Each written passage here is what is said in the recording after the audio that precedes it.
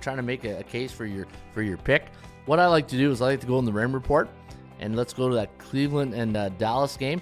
Sometimes, teams are like fights, right? The styles of fights. Sometimes a team doesn't match up well against another team historically. And you can see here, Dallas, let's take a look at the Rim Report on the technicals going into tonight's game. 7-3, 7-3 straight up. 6-4, 4-6 against the point spread. 3-7, 3-7 to the under. So you can see all the games going under. That's why your Kogo is very high at 67%. The chance of winning this game tonight, 62.5% chance of winning compared to 44, which we talked about. But what I like to do is when Dallas is on the road against an A-type team, they're not that good. 2-5 straight up, 3-4 against the number, so we're not even at 50% right there.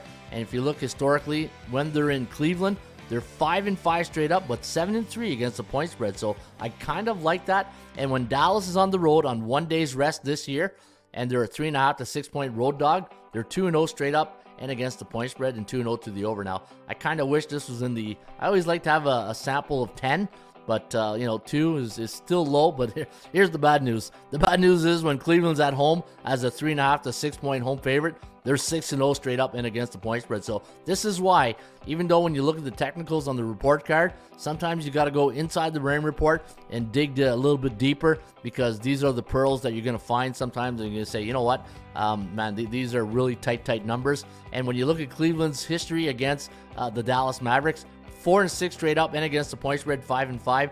And again, it's like a court case. You're making a case for both these teams. But going into tonight's game, you know what? If I were to pick something on this game, I think it's Cleveland money line.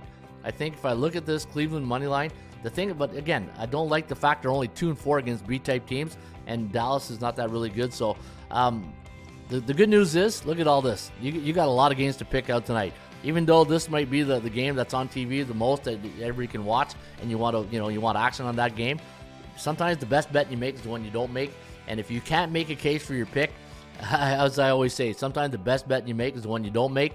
And if you can't make it, just get off it and go find some more value somewhere else. All right, that's your tip of the day here, courtesy of the Rim Report.